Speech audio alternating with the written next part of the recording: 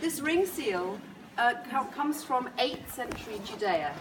And at the time that the king list was made, of course, the Jews were just they weren't even Jews. They were just a Mesopotamian clan or tribe.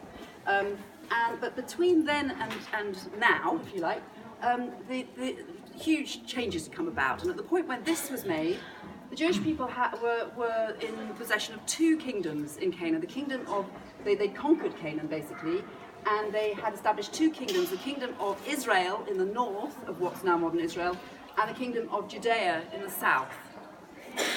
And this ring seal comes from the kingdom of Judea, and it comes from a town called Lachish. And Lachish at the time was the second city. It was the kind of the Leeds or the Manchester to London. And it was the second big city in Judea, and it was a really important, well-developed city. It had fortified walls, it had beautiful buildings, it had a very developed cultural life, political life, civic life. But it was also a very important military posting, because it was on the main road, the main spine road, up through Judea, up through to connecting it to Assyria in the north and Egypt in the south. I'll just tell you a tiny bit about the seal. It was bought in 1945 by a Reverend Gibson, whose son, I believe, is here today. Yeah, there we go. So ask David if you have any questions. It was bought from a farmer in a place called Tel El Douar, which is now identified as the place which was Lachish. And then it found its way to the Ashmolean, and I'm actually looking forward to having a conversation at some point to find out how it made that. That's a little bit of its journey, I don't know. But this was a really, what you could see on the seal, if you look at the photocopy I'm sort of passing around, is it's really interesting because the top half of the seal is a sphinx, a completely typical Egyptian symbol. And there's actually an ankh as well, which is the Egyptian symbol for life. But in the bottom half of the seal, there's some writing, and the writing is in Paleo-Hebrew. Hebrew was the kind of the lingua franca of the region by this point, at this point in the 8th century.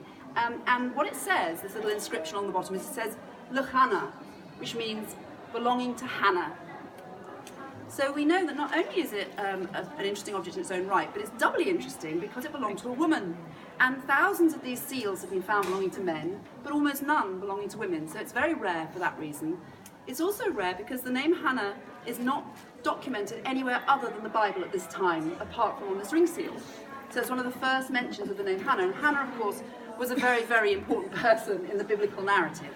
She was the mother of Samuel, who became the high priest and major prophet, and of course the person who anointed the first king of Israel, Saul, the reluctant king.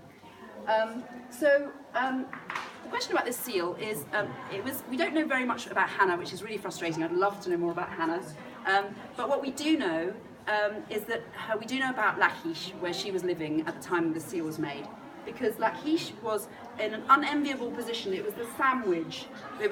Judah and Israel, in fact, were in a sandwich between Assyria and Egypt. It was part of the Assyrian Empire, effectively. It was under Assyrian power, but Egypt was pushing up and wanted power as well. And the fact that it uses an Egyptian symbol, of course, is very interesting about interaction between different cultures. And it doesn't look very Jewish at all, apart from the little bit of Paleo-Hebrew. Just before this ring seal was made, the king of Israel, the kingdom of Israel, Hoshea, had decided to kind of go into league with the Egyptians against the Assyrian rulers.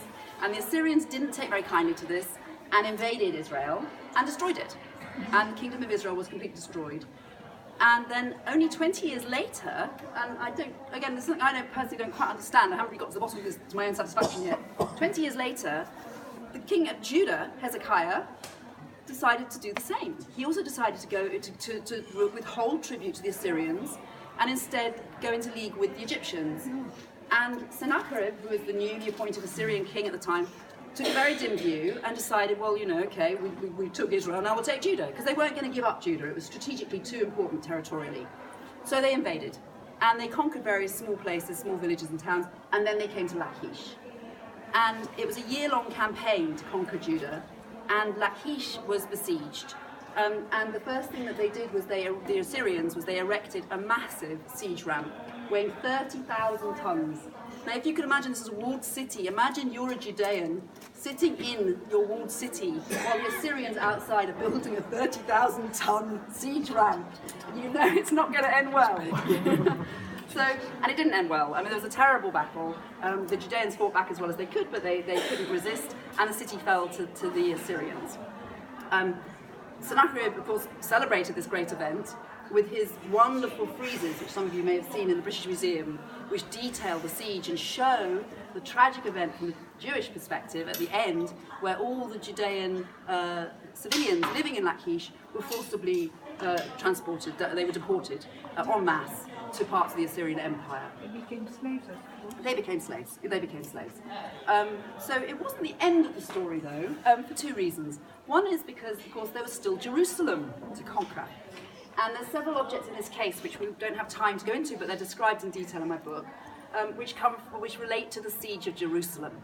And the siege of Jerusalem ended much more happily for the Jewish people because Hezekiah was a very resourceful leader, whatever Sennacherib had said about him.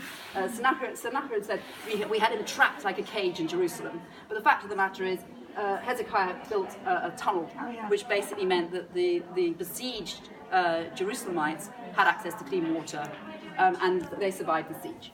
And they went on. The Syrians were duly conquered by the Babylonians, and the Jews returned, and then the story goes on. So it looks like Lachish fell, and we don't know whether Hannah was living in Lachish at the time or not, but it wasn't the end for Judah. The kingdom of Judah survived, and it survived for another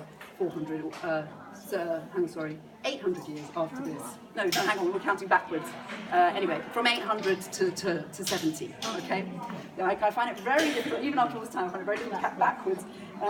So then the question is, what happened afterwards? What happened between so far we've had the Assyrian Empire, we've had the Babylonian Empire briefly, then came the Greeks, but the Jewish people had yet to face their most formidable enemy, which was the Romans. Oh, yeah. So we're now going to go across the gallery over there to the next couple of galleries on and look at a very, very exciting and important object which relates to what happened to Jewish life under the Romans.